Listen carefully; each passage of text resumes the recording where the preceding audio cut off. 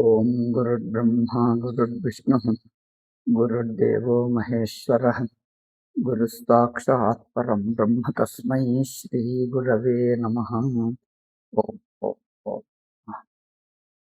We were discussing in misconceptions about Shankara. Okay. In misconceptions about Shankara, we were discussing that I think where did I put all my earlier points?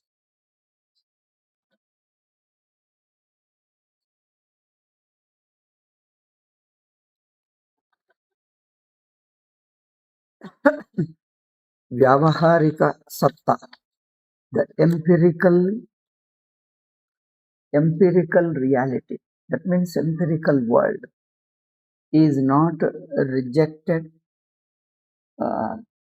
like the Buddhist idealists, like the Drishti Srishtivadins. This was the point we were discussing. Acharya says that nobody can see the world as unreal until you understand the Brahman. The world cannot be negated. Negated means world cannot be seen.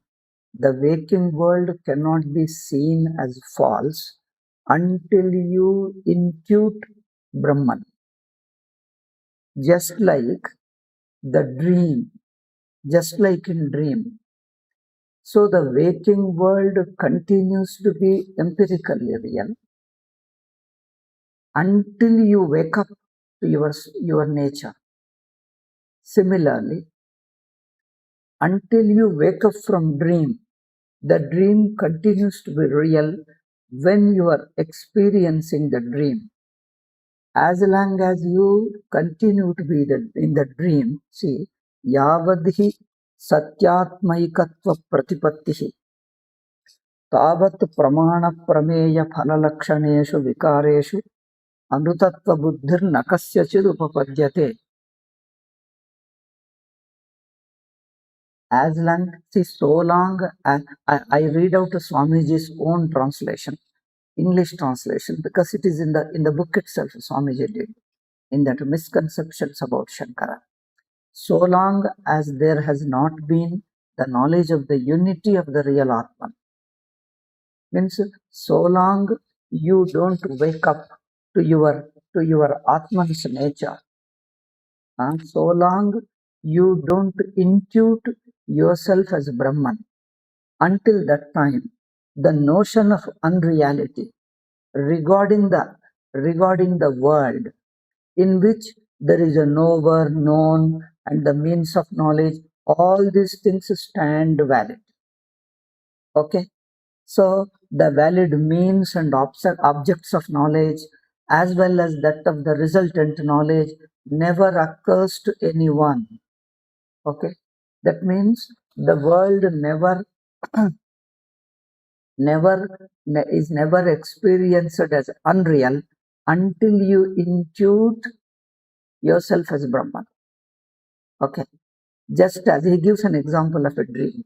Until you wake up from dream, you can never understand, you can never have the idea of unreality about the dream world. Because the dream world is always there. You take the dream world as waking. As long, in short, dream world appears as a waking world as long as you continue in the dream world. Until you wake up, the reality of the dream world never goes away, never fails. It continues like before. So, never occurs to anyone. Every living soul looks upon the effects themselves as me and mine. See, Vikaranevatu aham mama iti avidyaya atmiyat atmatmiyena bhavena sarvo jantuhu pratipadyate. all the people instinctively take this apparent world as a real, and I am an individual and the world is separate from me.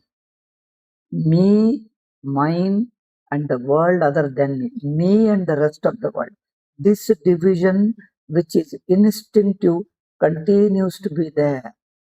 And this instinctive perception of duality, while denying the non-dual real nature of Atma, denying the non-dual real nature of Atma. Denying means missing the non-dual real nature of Atma. We come to take, we tend to remain within this dual world of subject and object. We remain within this world of subject and object. I am a subject interacting with object. There is an object other than me. I interact with them. This relationship of duality continues to be there like ever. Just a minute. Oh.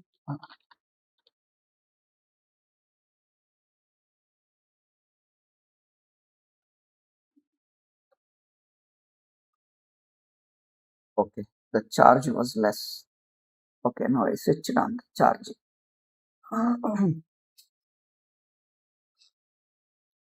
Okay. Vikaraneva. Vikaran means the products, the apparent world, appearances. Aham and mama, me and other. Itya vidyaya atmatmiyena manyamana. Everybody swabhavikim brahmatmatam hitva. By missing, affects themselves as me and mine, related to one another as one's own self, and something beginning to oneself, disregarding yaya. Swamiji used it nicely. By missing means by disregarding your real nature as a non-dual. By disregarding our real nature as Brahman, we tend to live in this, tend to take this duality as real. That means this adhyasa is a natural.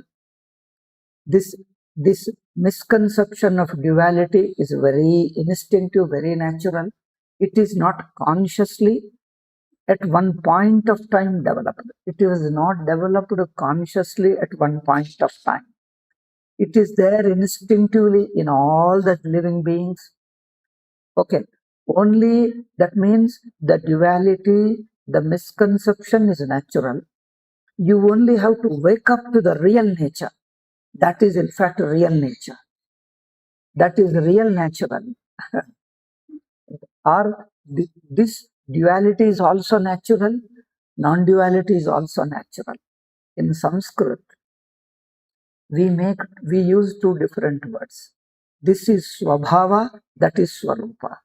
Duality is swabhava, non-duality is swarupa. Swarupa, so I don't know how to translate into English. The real, what you say that swarupa means the essential nature, unnegatable nature. This is also nature, but this is a negatable nature. That is also nature, but that is unnegatable nature. I think this is the translation I can think of. Swarupa and Swabhava. Duality is Swabhava, means it is natural but negatable. The non-duality is natural but unnegatable. Okay. Therefore, next he says, Tasmat prag brahmatmata pratipoda.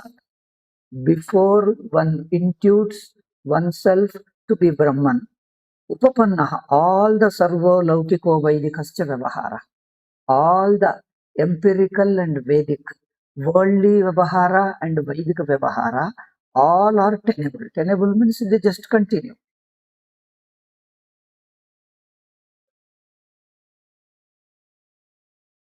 Upapannaha means consistent.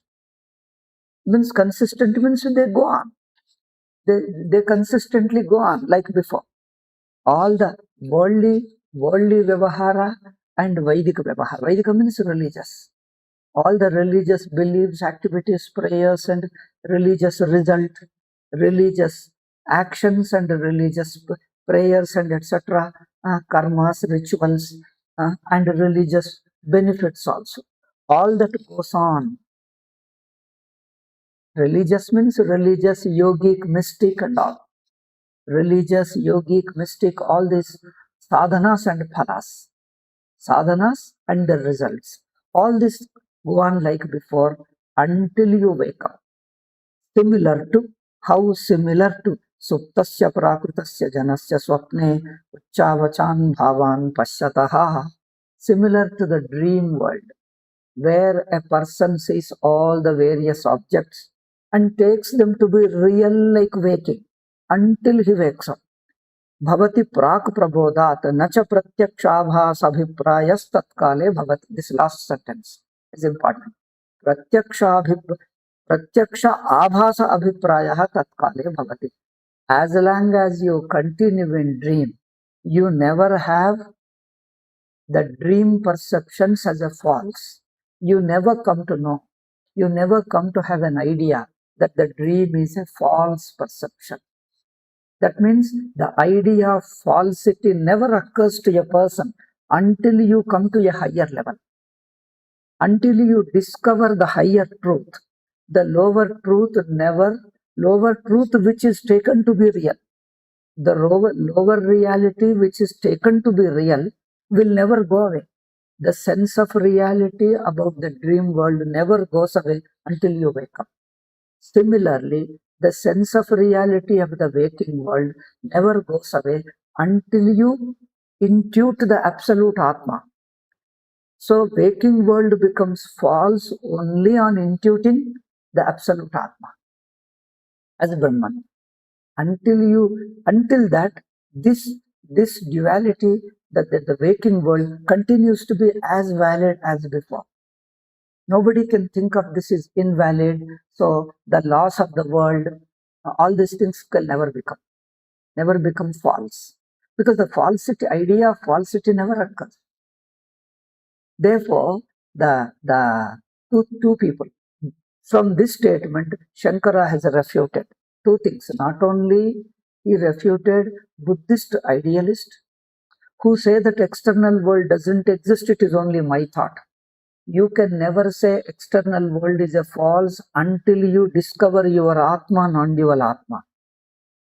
Because if you don't discover, don't understand your non-dual Atma, you continue to be an individual and you are surrounded by the world, you are a state.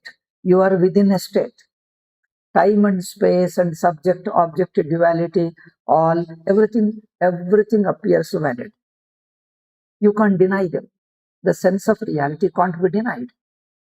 Then even Drishti Srishtivadis also. Even Drishti Srishtivadis simply say Jiva has projected, individual Jiva has imagined all the world. They say you cannot say world is a false, that individual Jiva has imagined it until you discover the Atma. Therefore, by this statement, there are number of Bhashya statements like this. One statement Swamiji is quoting. So this statement of Shankara refutes both the Drishti Srishtivadis as well as the Buddhist idealists. And don't club up Gaudapadacharya with this Drishti Srishtivadis as well as a Buddhist idealist. Both are solipsists. With a little difference, both are solipsists. So Shankara doesn't talk of solipsism at all, neither Gaudapada. So it came at a later time. How it entered, we don't know. I think Yoga Vasishta started probably. I'm just guessing. I'm not sure about this historical thing because we very historical studies very less in India. There are some people. It is a Yoga Vasishta seems to take that kind of a solipsist view. And based upon Yoga Vasishta, probably this 16th century Prakashananda, who wrote a book, Vedanta Siddhanta Muktavani. I think he based his teaching on Yoga Vasishta and made it a solipsism. Okay, that means solipsism denies the empirical world, empirical consistency, empirical tenability of the empirical world, empirical relationship, time, space, subject, object, cause and effect relationship. It denies the cause and effect relationship. The laws, physical laws, consistent laws, physical and moral and religious, physical, moral, religious laws. Because if you say it is a purely an individual imagination, a private, personal, internal imagination like a dream. In fact, we don't accept the dream as an example uh, to support these Buddhist idealists as well as the Drishti Srishtivadis. Drishti Srishtivadis and also Buddhist idealists take the dream as an illustration uh, to illustrate their idea. But see, the dream, they take the dream when looked from waking standpoint. Dream looked from waking standpoint. Then from the waking standpoint, it looks that the dream is a personal and internal. Private, personal and internal. Internal means within the mind alone. So that stand itself is wrong because you are looking at a dream from wrong standpoint. Dream as looked from that standpoint of dream, it is as much as a waking alone. It is same like waking. So when Gaudapada Shankara take dream and waking as synonymous. Okay, dream and see one more point here. It is an another point came in the context. So I just want to say, people say some people even among the Vedantins also post Shankarites. Gaudapada alone says waking and dream are similar. Gaudapada alone says waking and dream are just similar. Nobody else says. Shankara doesn't say. They say that. But I tell you, I don't have right in front of me. I have compiled those quotations of Shankaracharya from the various bhashyas. Uh, you find in Chandogya, in Brihadaranyaka, in Aitareya, or in many other places. Many other places, not only in Mandukya Upanishad, even in other Upanishads, even in Brahma Sutra. Even in Brahma Sutra, Shankaracharya himself equates waking with a dream. That means taking the dream from the standpoint of dream. In that sense, he says the dream is also waking while experiencing, and waking is also dream when you wake up from it. When you wake up from the waking state, waking is also similar to dream. And a dream is similar to waking as long as you are experiencing the dream. So, equating the dream with waking means equating the dream and waking mutually is found not only in Gaudapada's Mandukya Karika, not only in Mandukya, but in other places also. Shankara says that. I don't know, somehow these Vyakhyanakaras missed it. In Chandogya says clearly. In Aitareya, in many other bhashyas also he says clearly. Even Brahma Sutra bhasha, of course, he tells. So somehow they missed it.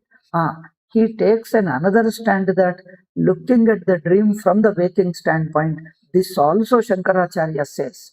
But there we have to understand why it is obvious. Understand means it is obvious that he is looking at a dream from the waking standpoint. But that is not the all the time. That is not a common stand Shankaracharya takes. That is sometimes he takes. Sometimes he takes in another also where waking and dream are same. Okay, this we have already discussed in our previous class. Then coming to the point which I raised at the end of the class. That's also a main point, important point within the Vedantins. Leave about Buddhist and idealist. Within the Vedantins, this is the problem. So to avoid Drishti Srishtivada, to avoid the Drishti Srishtivada, Panchapadikakara takes a very peculiar stand. Panchapadikakara says that in Adhyasa or Bhranti, or error. When you say a bhranti and an error, misconception, so the entire world is not misconception. There is a entire world is not a wrong knowledge, but there is a wrong object also. This is a peculiar stand of Panchapadikakara, and this is a precedent for all post-Shankarites. And this alone brings Mulavidya. Okay, world is an object. But Adhyasa Bhashya, we have given one Adhyasa Bhashya as an example. But throughout Prasthanatraya Bhashya, Shankaracharya says world is only a misconception. He doesn't say a misobject. Means he says it is only a wrong knowledge, but there is no wrong object. Wrong object Shankaracharya does not say anywhere. Wrong object. So in Adhyasa, misconception alone, within the misconception, you see subject object there, that's all. Experience of subject object is included within the misconception. Misconception is in a whole idea of misconception, whole cosmos, whole waking state. Means entire state is a misconception. So he takes the world is not only wrong knowledge but wrong object also. So he wants to say waking world is unlike a dream. If you say similar to dream taken from the waking. If you say waking world is similar to dream, it would amount to drishti srishtivada.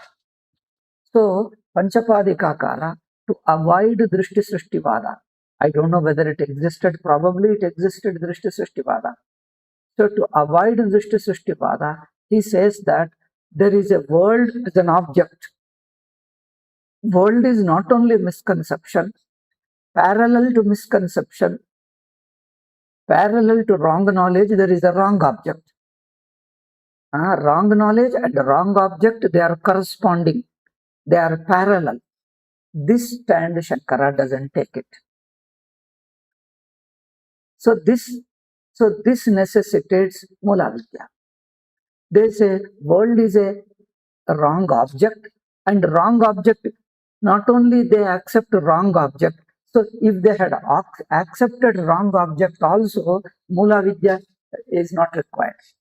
I tell you, even if Panchapadika stand of taking wrong object parallel to wrong knowledge, even that is unnecessary, but okay, even if you take that stand, you don't need Mulavidya.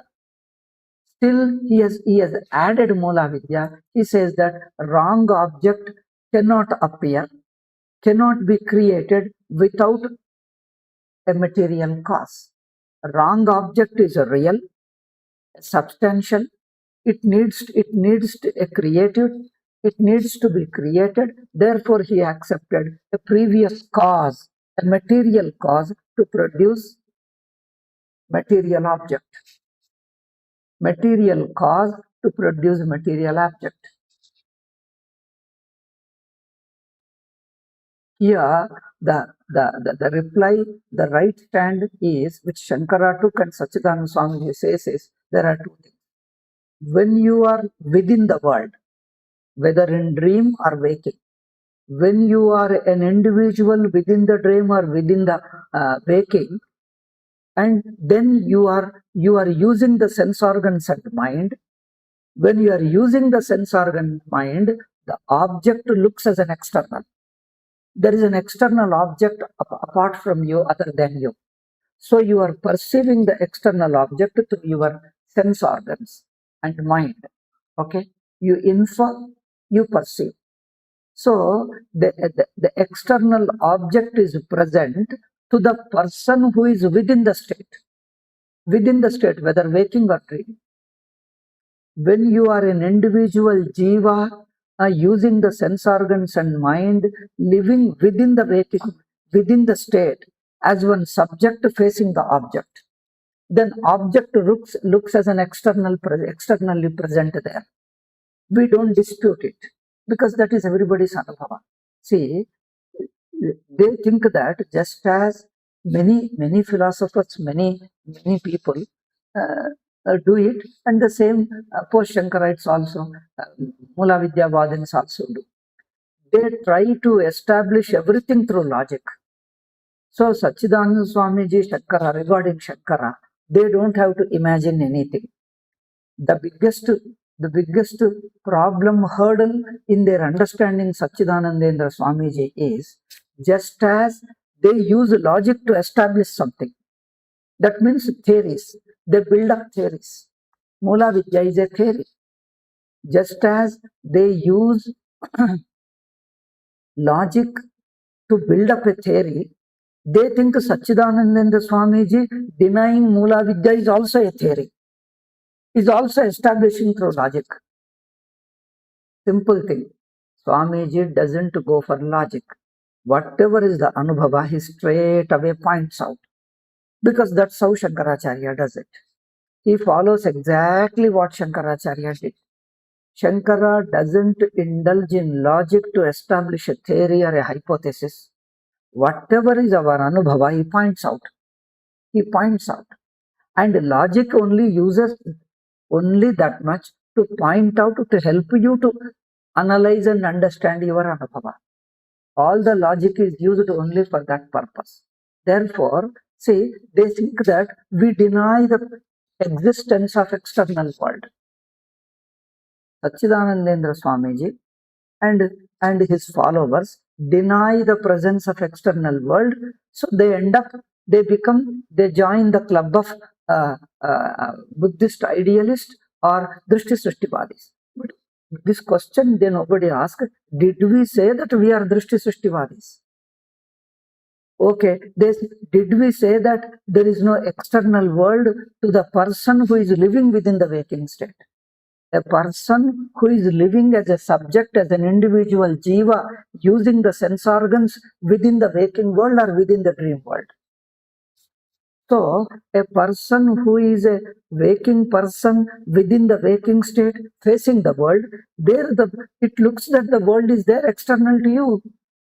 This anubhava, when it is there, universal anubhava, how can Sachidanandendra Swamiji deny, or even Shankara deny? How can we also deny? We told we go by anubhava. Whatever is the anubhava, we accept, we can't deny. And they say, now they start using logic. Now you are denying. Did we deny? Why do you accuse us of this Drishti Srishtivada and that all?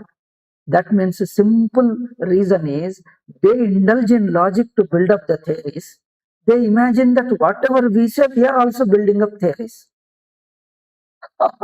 This is the problem. Just as they build up theories and they try to defend it again with logic.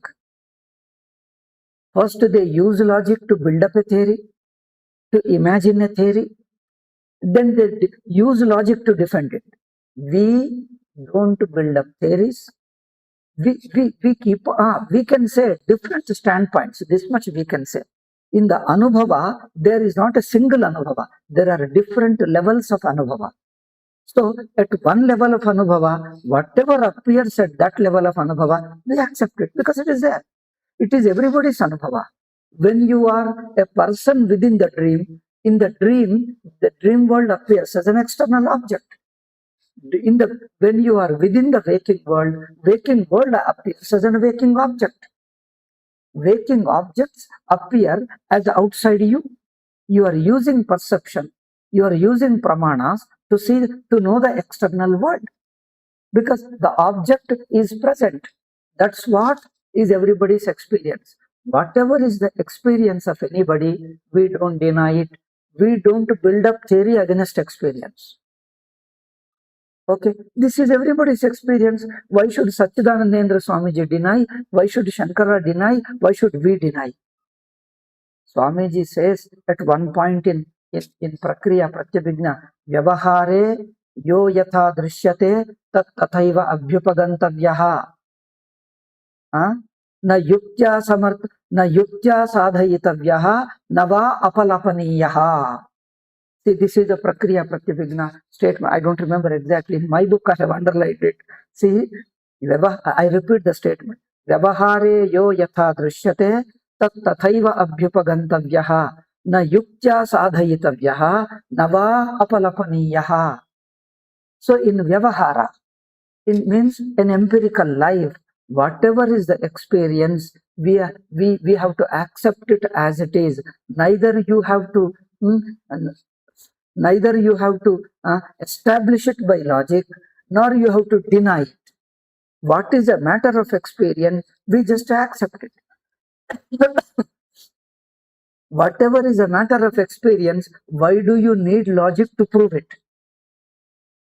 Do you see? I am sitting here in front of you and talking. Do I need to prove with logic that I am speaking to you? See, I am here, I am a human being. See, I have got a hands. Do I need to logic to prove that here is my hand? Here is my hand, I am raising my hand. Do I need a logic to prove that I have a hand here, right hand, and raising in front of you? Why do you need logic? It is direct experience. So they keep on imagining many things. I'm not seeing regularly that internet discussions, but once in a while, casually, I just happened to see, and I found the same arguments are repeated. The basic thing they miss is, I just watch them. I don't reply. I don't see them. I understand because I told you Vedanta is for my own understanding and for my students, those who want to understand. It is for our own learning, for our own moksha. I learn it for myself and I explain it to somebody who wants to understand. Who wants to understand? We don't debate it, dispute it, and then argue with them and try to prove something to somebody. We only help you to understand. Facts are there in front of everybody. No, we don't deny any fact, any anubhava at whatever level. Whatever level, whatever is the anubhava, we don't deny it. By denying, what are we going to achieve? And what is an anubhava? You don't need logic to prove it also. You don't need logic to prove something. What is already a matter of experience. Nahi drishte anupapannam nama. All these things are Shankara's statement. See, Sachidananda Swamiji has been doing everyday parayana of Shankara Bhashya. Every day he will do that. I think around 20 days or 1 month, one round of Prasthanatrayi. In 1 month, I think one complete Prasthanatrayi Bhashya, one round he will finish it. In yearly 12 rounds, 10 to 12 rounds he will finish. That means he would always check, have I understood wrongly Shankara? Because in his second round of Bhashya, if he feels that he is wrong, then again we will correct it. Because it is not that once we form an opinion about Shankara, then we won't change it. We again and again check with the help of the Bhashya. Each time he read it again and again and again, he found he has been telling the same thing. Therefore, whatever is a matter of experience, you don't need logic to prove, nor you need to deny it. This is our stand. Now, Drishti Srishtivada, if Drishti Srishtivada happens to be our experience, let us accept it. It is universal experience. Why should some post-Shankarites reject it, and why should somebody like Prakashananda, 16th century Prakashananda, accept it? Why should 16th century Prakashananda accept it? Why should Panchapadika deny it? When it is a matter of experience, why should we deny it if it is a matter of experience? But we say that is not a matter of experience. Therefore, we don't accept it. It is a simple, is it a matter of experience or not? That you look at it. That is Shankara's, that is Sachidananda Swamiji's, that is our stand, that must be, that should be everybody's stand. I think that will be the right. You don't have to, they say external world is there, independent of you. See, when do you say, in which anubhava you say there is an external world other than you? When you are a person within the waking state, when you are a person within the dream, there you stand as a subject and there is an object other than you. And that object, that individual within the dream is not imagining. Individual within the waking state is not. See, now I am in the waking state. I am not imagining this pen. I perceive the pen. I am not imagining. Okay, I'm not projecting the pen. I see the pen as existing external to me. I perceive it through my sense organs. This is everybody's experience. Why keep on arguing and make it solipsism? Why do you have to make it? When Shankaracharya told it is an adhyasa, adhyaso mithya pratyaya rupaha, then how do you explain? Adhyasa, Shankaracharya told it is a mithya pratyaya rupa. Satchidanandendra Swamiji accepted whole adhyasa, entire world is only a misconception. But whereas Panchapadika says, no, we don't accept it. We say, along with misconception, there is a wrong object also.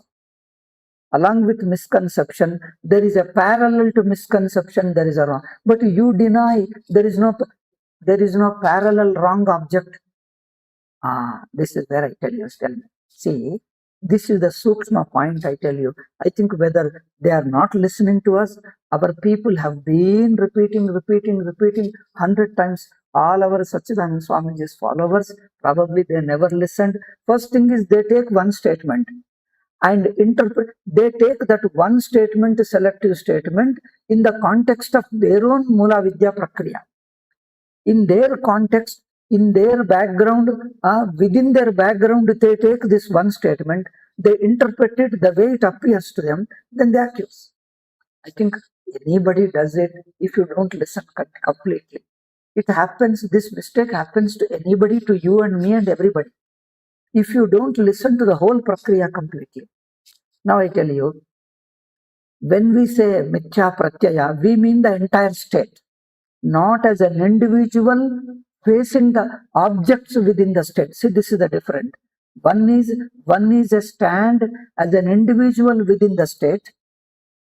One is an individual within the state. Another is state as a whole, which includes the individual. Means subject object put together. Subject object put together, take as a whole state, like Vaishvanara.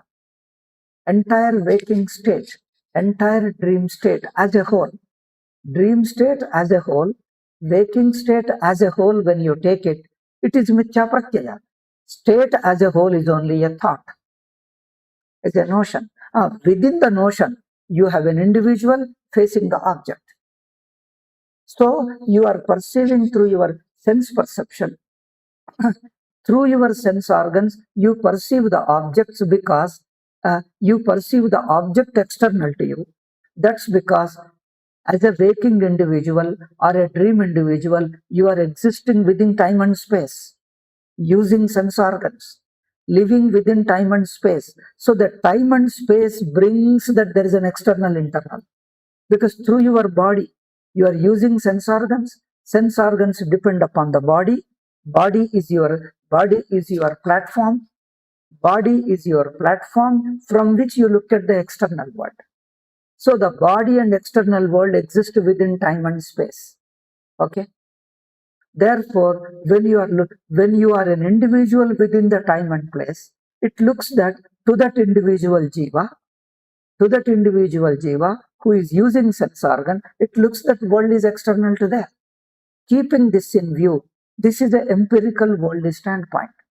Keeping this worldly standpoint, Shankaracharya refuted Buddhist idealist, because Buddhist idealist, remaining within the waking state as an individual, he says that external world is my imagination. This is wrong, because we are not trying to prove anything logically, we are only showing anubhava. At that level of anubhava, his explanation is unnecessary imagination. Whether Drishti Srishtivadi, that 16th century Prakashananda says, or whether a Buddhist idealist says, both are wrong, because they say you are a part of a state. A person who is a part of a state is imagining the rest of the state. Can you say, and see, within the state there is a subject and object. Can we say subject is imagining the object? Can we say a subject is imagining the object? Even if you take the dream, when you are within the dream, you are an individual within the dream. Is the individual within the dream imagining the rest of the dream world? No, he sees that world is there along with me. I am part of the world. I am not imagining the world. Even the dream experience also doesn't say that. Okay. Even the waking state also. The waking individual is not imagining the rest of the world, because waking individual exists at the equal level of the world, because waking individual rhymes with the world, is at the same level of the world is existing simultaneously along with him. Therefore world is an object, and individual along with his sense organs and mind is perceiving the external world through his sense organs. At that level we say there is a world. You are using pramanas, perception, inference, and etc., objectifying the external world. That is a common man's view, empirical view, which nobody denies. As we told already, we are not building up a philosophy against experience. This experience is at certain level. We can only say this experience applies to the experience within waking state, experience within dream state. When we say waking and dream is similar, when Gaudapada told, Shankaracharya also concurred it. Sachidananda Swamiji also accepted it. What? Waking and dream are similar. When we say, we mean in this sense. Dream looked from the dream standpoint, waking from the waking standpoint, both are just similar. Okay. When does the dream world, the dream objects appear as external objects, external to the person within the dream. Okay, then when do the dream world becomes only a misconception, only Bhranti? When do the dream world becomes only a misconception, not an object? There are no external object. Whole dream world is only a thought. When you wake up. When you wake up, look from the witness of the entire dream state. Then you are recalling the dream, then the entire dream is only a conception. There is no object. The dream subject to dream object to put together, the entire dream state is only a conception. Okay. Similarly, the entire waking state, including the subject and object, including the individual who is using sense organs and mind, and also the world apart from it, other than it, the world and my body, mind, and sense organs, the individuality, all this put together as a one state is a misconception. Okay. State as a whole is misconception. This is Anubhava Drishti. Whole Anubhava Drishti is Sakshi Drishti. You can call it a Sakshi Drishti or entire Anubhava Drishti. But when you are an individual within the waking state facing the world, then world appears as an external object. Now, these Panchapadika and all other Vyakhyanakaras say, external world is not my personal imagination. Did we say personal imagination? It is you, your own Prakashananda, who is a Mula Vidyavadi. Your own 16th century Prakashananda is your own Mula Vidyavadi, he is telling. Okay. He told that it is an individual jiva imagining the external world, therefore there is no external world apart from the individual jiva. This is against Anubhava. There is no Anubhava. It is a wild imagination. It is a it is a wrong thing. So if they have any objection, let them put their objection against Drishti Srishtivadi, that 16th century Prakashananda. Why do you apply it to us? We don't accept your Prakashananda, he is yours. He belongs to your camp. Neither Shankara, nor Gaudapada, nor Sachidananda Swamiji accept that. Okay. When we say misconception, we mean the entire state. You see, Shankaracharya says, Adhyaso avidya. Model says, Adhyaso is avidya. Again he says, Adhyaso michya pratyaya rupaha. Adhyaso nama atasmin tadbuddhihi ityavochama. We have stated Adhyasa is only a misconception. He repeats it. Adhyaso michya pratyaya rupaha says once. Second time he says, hey, we have already stated before. Adhyaso nama michya atasmin tadbuddhihi ityavochama. We have already stated before that adhyasa means a misconception. Twice he told. Adhyaso michya pratyaya rupaha. Adhyaso rama atasmin tad buddhihi. Number of times all over Prasthanatrayi Bhashya he is telling the same thing. Adhyaso nama michya pratyaya rupaha. Okay. That adhyasa is avidya, again he says. Adhyasa is michya pratyaya rupa. When adhyasa is avidya, means michya pratyaya is avidya. Now, the michya pratyaya word, it has got a synonym called michya jnana. Michya jnana is synonymous to michya pratyaya. Michya jnana is synonymous to michya pratyaya. This is where they played a trick. Panchapadika and his followers. Mithya jnana word, he doesn't take a synonymous to mithya pratyaya, which Shankara has been using all over. Which Shankara Bhagavat Pada has been using all over. That mithya jnanam is synonymous to mithya pratyaya. But that he sets aside, he disconnects the word mithya jnanam from mithya pratyaya. In fact, mithya jnanam word is used as a synonymous to mithya pratyaya. He disconnects it. That means it is not synonymous to mithya pratyaya. So he takes the mithya jnanam and divides it mithya cha tadajnanam cha. That means something, a material substance, which is a material cause, which is a material, becomes a cause for mithya jnana, for mithya pratyaya, for adhyasa. He says, for adhyasa there is a material cause. This nowhere is stated. Mithya jnanam is used as synonymous to mithya pratyaya. Watch all over. So, if you take mithya pratyaya, you split mithya pratyaya like that, as the Panchapadika Kara split.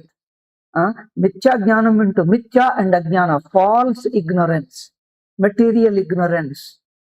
Just as you could split that mithya jnanam, you split mithya pratyaya, let me see.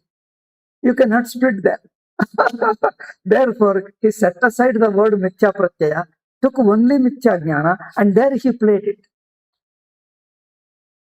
Okay, and this is one problem. Now, already I told you, I just repeat it because there are certain points need to be repeated. Okay, mithya jnanam is adhyasa.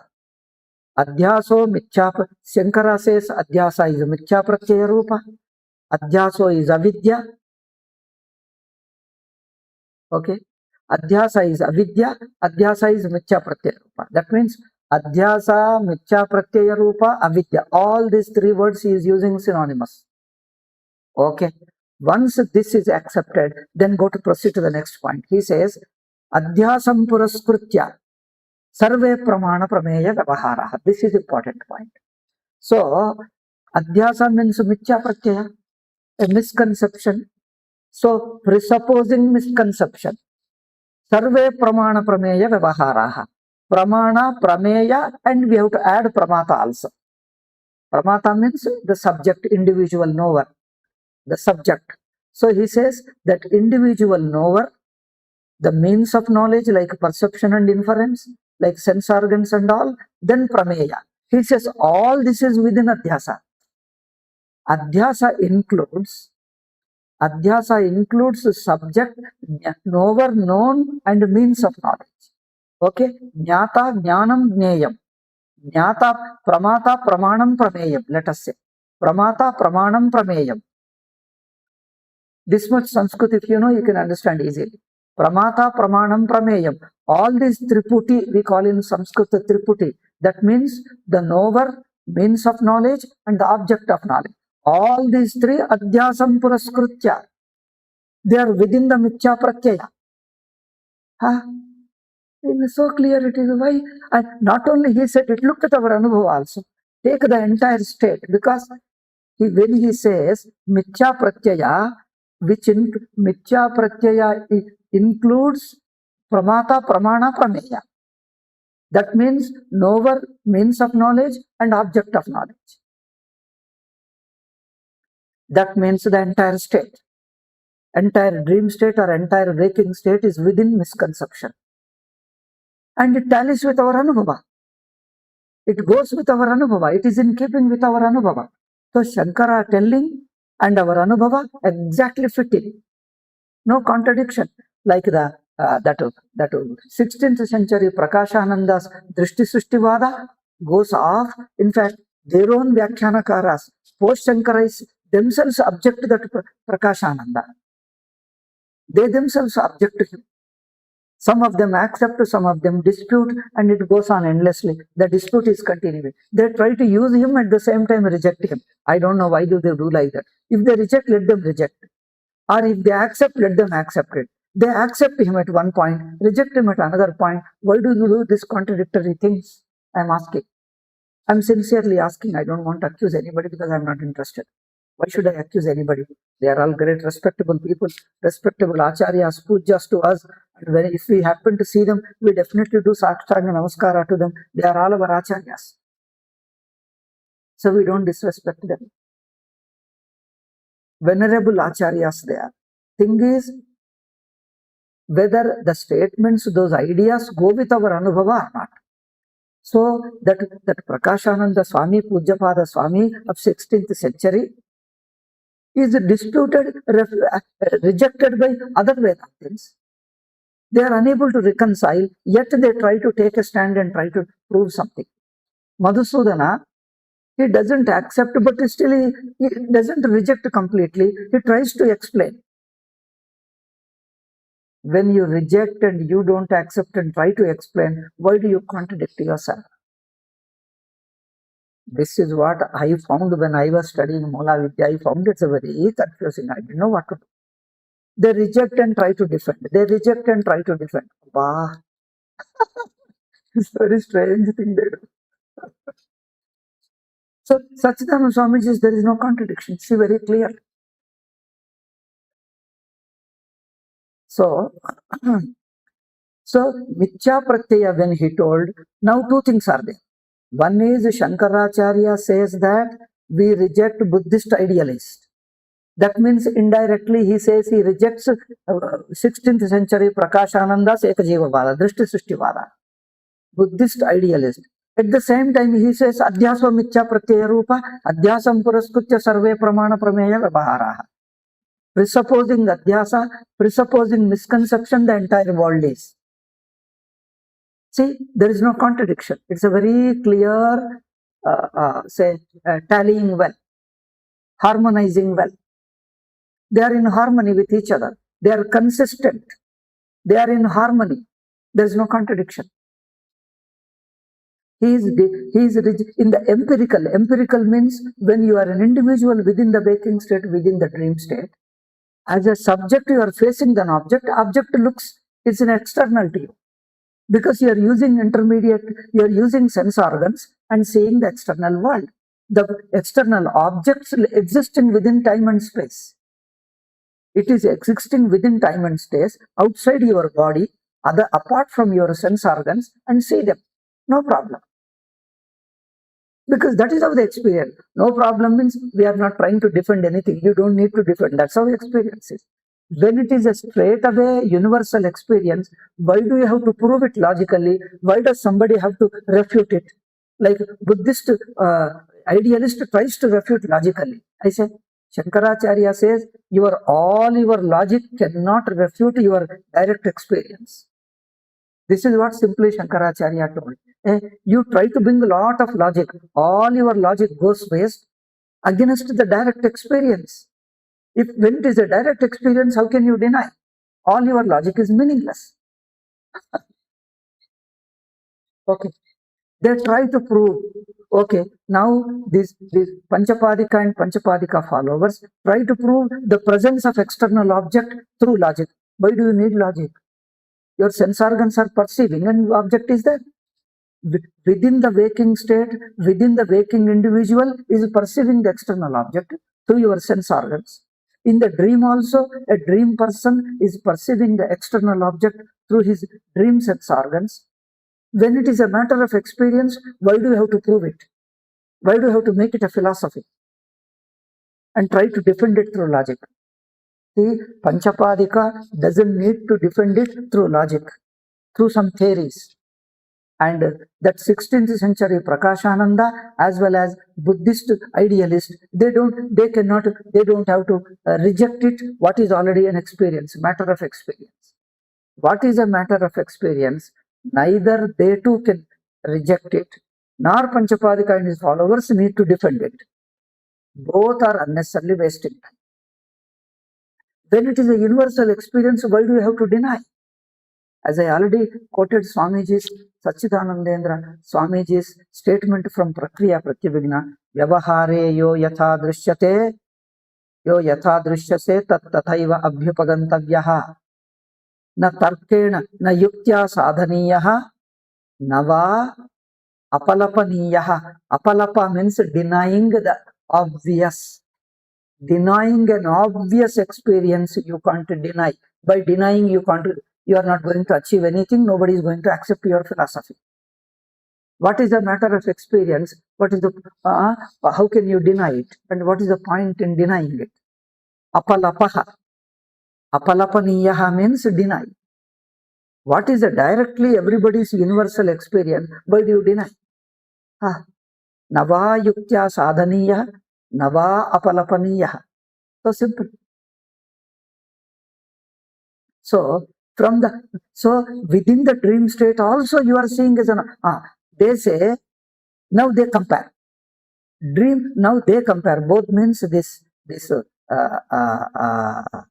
Buddhist idealist as well as that 16th century Prakashananda. They say that just as a dream world is only a personal imagination, it is only a thought, there is no external object.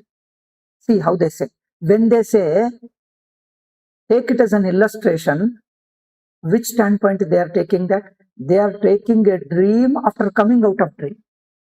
After coming out of dream, you are recalling the dream from the waking standpoint.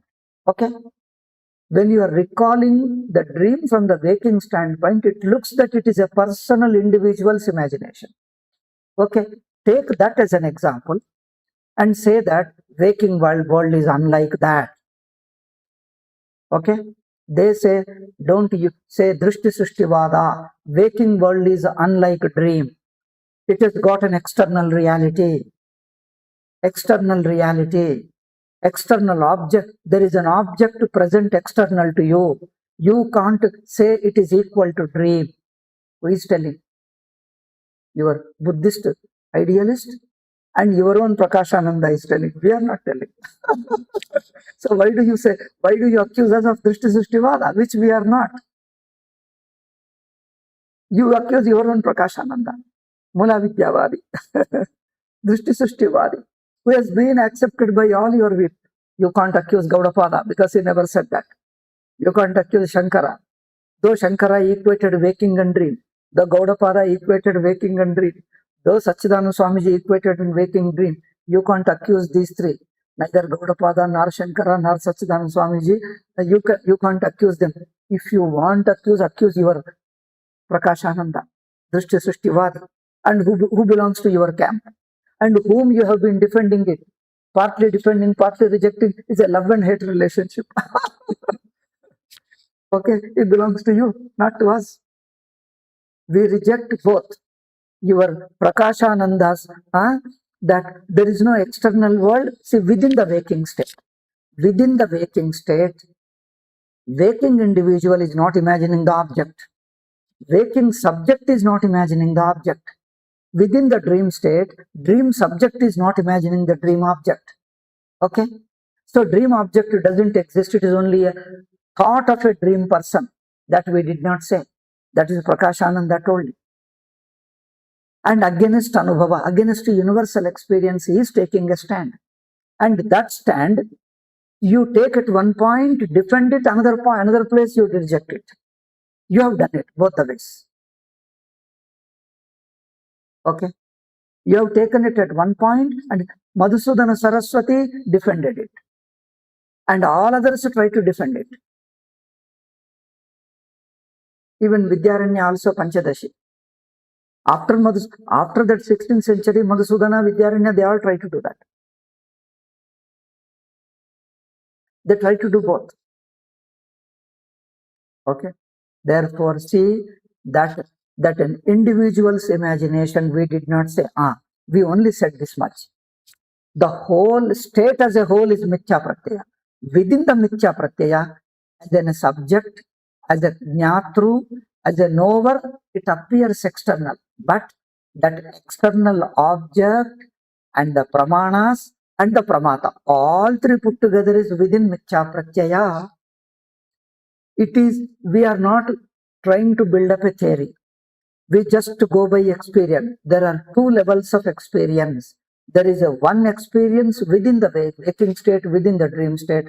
Another is state as a whole.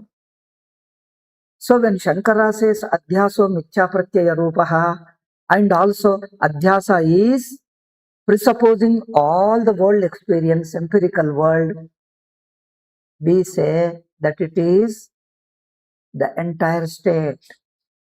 So we only talk of two levels clearly, and no theories building up, no logically trying to prove or disprove.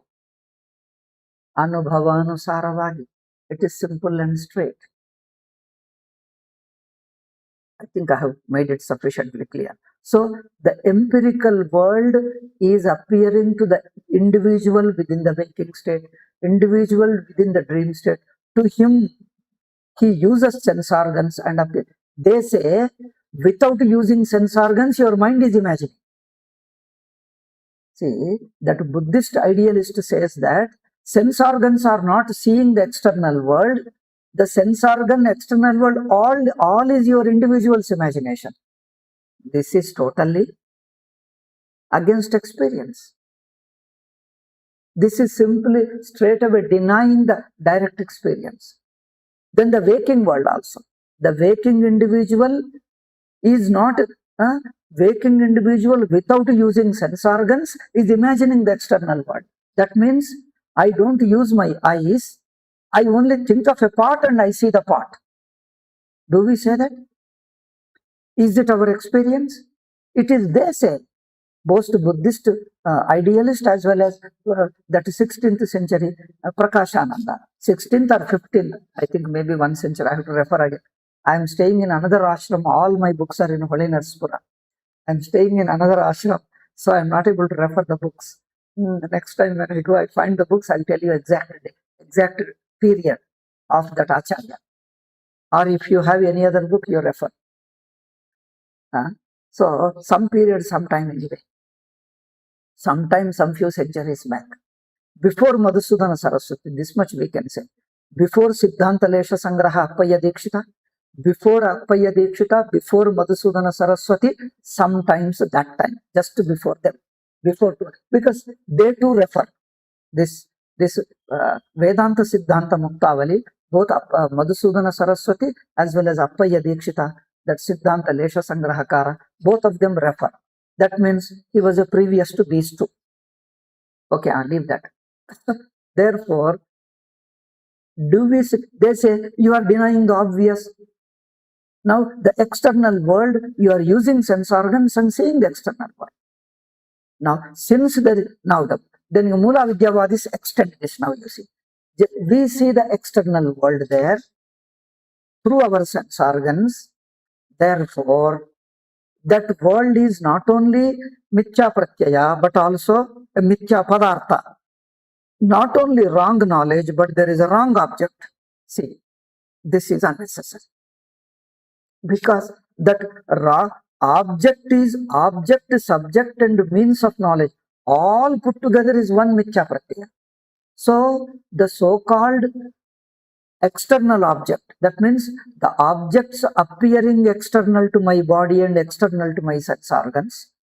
Body, objects appearing external to my body, external and sense organs, they are included in Mithya Pratyaya. In the broad avastha state, they are within Mithya Pratyaya. They are not outside Mithya Pratyaya.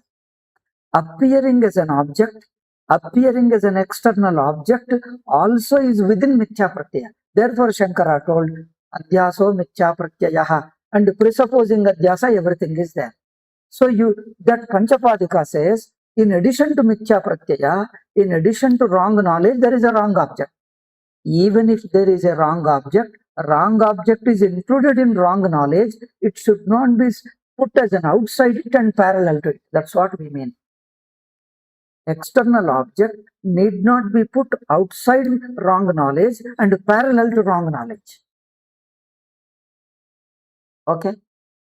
Not outside wrong knowledge and parallel to wrong knowledge corresponding to it. We say wrong knowledge, wrong object appears as a wrong object. All that put together is one Mithya Jnana, one Mithya Pratyaya. This is according to Anubhava. Who can deny it? This is simple, straight. That's why Bhashakara is just referring to Anubhava. Is not trying to prove logically anything. Did you see? Did you try to prove anything? He's only referring to Anubhava. For this, taking the world as a whole, they take the given object within the world and say there is an external world. If you take the world as a whole, you have to include time and space, subject to object. Where is an outside? There is no question of outside external world.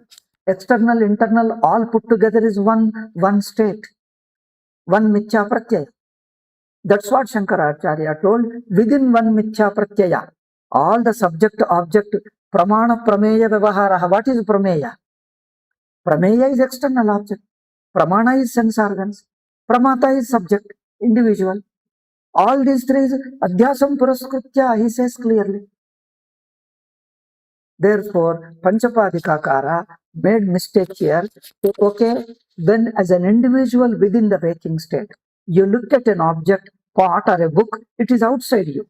Other than sense organs, you are seeing them through sense organs. Okay, taking this one object is extending it to entire state and say that entire state is an object. See, a given object is an object, but do you see entire state as an object? Entire state, including subject and object, can't be seen other than a thought. You take the entire state, which includes the subject, object, sense organs, and mind, time, place. This entire state is only a thought, it is not an object. Therefore, Mithya Pratyayo is avidya, is adhyasa. They say, even if you take the entire world, there is an object. And that object requires, for object to exist there, it must be produced. First say, the entire world, if you take, it is an object. Second step is, for the object to be there, it must be produced. To produce it, you need a material cause. That material cause is Mula Vidya. This is how they started. All this I have studied, I was teaching.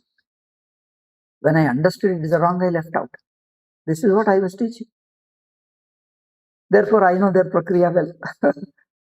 I'm not imagining, I'm not attributing anything, because this is what their prakriya is. I have studied and then I was teaching. Therefore, external world as a whole state, when you take, there is no object externally. Because external, internal is the state as a whole. Where is external, internal? Internal, external is within the state. Time and space is within the state. Gaudapada says that one shloka, Karika, Antarbahir, I forgot the shloka. There is an Antarbahir, all that put together is one Mithya Pratyaya. There he is taking entire. Therefore, so when you see as an individual using sense organs, external world looks external to you. Okay, I think I'm only repeating now. I've already explained sufficiently. I'm just, as a conclusion, I'm just repeating few words so that we can proceed to the next topic. Now I won't touch it again. It's over now. I won't touch it, this topic. So this is where, so we are not illusionist like Buddhist idealist. And then Shankara's statement, two statements, that he's refuting Buddhist and is also telling that when you are in the dream world, you have no idea of unreality of the dream world as long as you remain within the world. The world looks external to you. To the dreamer, the dream objects look external to him. Yet we say all that is within the dream state.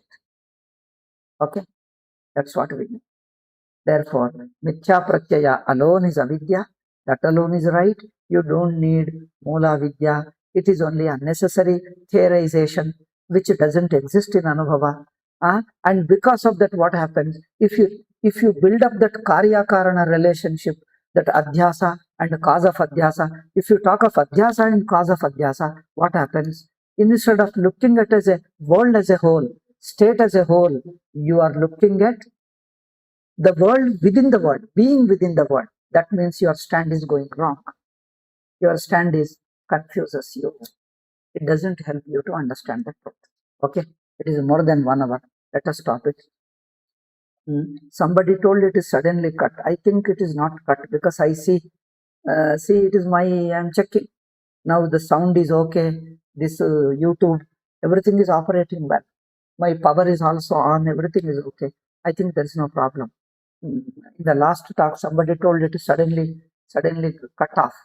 It is not cut off. It is now even today's also. Okay. Om Shanti Shanti Shanti. Hari Om Shri Guru Bhyo Namah. Hari Om Tat Sat.